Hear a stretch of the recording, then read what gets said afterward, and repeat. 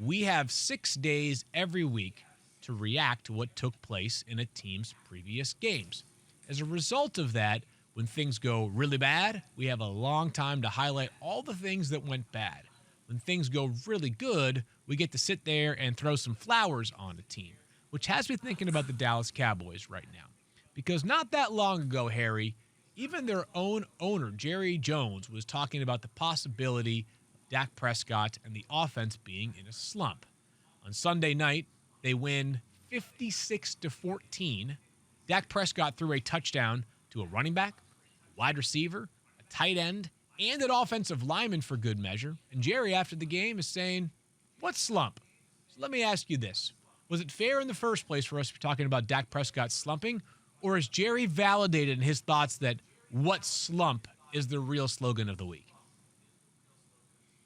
Yeah, I mean, it was very fair because Dak Prescott wasn't playing his best brand of football. So our job is to point that out, and our job is to talk about it, Phil. And you know that, you know what I mean? So it was no shots at Dak Prescott. It's just us doing our job in the media. Now, rightfully so, you look at the game against the New Orleans Saints, right? They scored, I believe, 27 points. The defense scored 7 of them. You had the defensive touchdown, so the defense scored 7 of those. Dak Prescott threw an interception. The next week, I believe it was the Washington football team, if I'm not mistaken.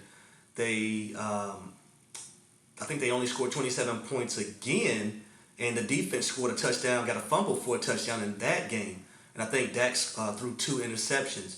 You look at the game against the New York Giants, I think they didn't score that many points. The defense had to get turnovers in that game. But against the Washington football team the second time around, they came out to play. They were hitting on all cylinders. Dak Prescott he was efficient. He was hitting guys in stride. I liked the way he moved around in the pocket. This offense was a force to be reckoned with, and that's the offense that we've seen early in this year.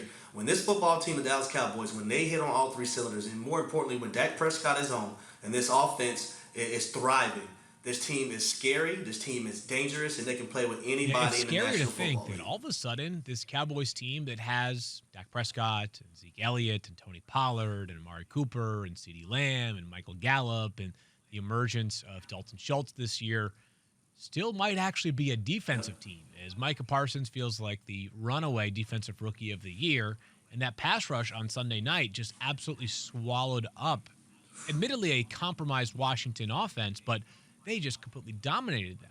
So, Harry, it's got me thinking because the Cowboys have clinched the NFC East. They're going to win that division. They clinched it before the game on Sunday night, and now they're playing for something even bigger. They have a shot, maybe a long shot, but still a shot at the number 1 overall seed in the NFC. Only one team gets a bye now with the NFL's new playoff formats as of last year. But if you're thinking about the Cowboys, you're thinking about the one team that they don't want to march and face in January in the playoffs. Is there a team in the NFC that you say to yourself, that could be the Cowboys' kryptonite? To me, I think it's the Green Bay Packers. But at the same time, I think if the Dallas Cowboys are hit on all cylinders in all 3 phases of the game, they're going to be hard to beat. Now, I think the deciding factor may be, will the game be played at AT&T Stadium or will it be played at Lambeau Field in the frozen tundra? Because we all know what that weather is going to be like the end of January. So we know it's going to be cold. It could be snowing. It could be in the negative degrees. Could be single digits. You never know. That's going to always be up in the air. But if that game is played at AT&T Stadium inside a dome where the elements and the forecast are not a factor, I would take the Cowboys. If it's played at Lambeau, I don't know. I may lean slightly towards the Green Bay Packers in that one. But when you have a guy like Michael Parsons, DeMarcus Lawrence, Randy Gregory, those 3 guys rushing, now you can create mismatches. You can't double team all of them. Somebody's going to get a one-on-one, they're going to win. And then you have the linebackers flying around. Keanu Neal doing a heck of a job.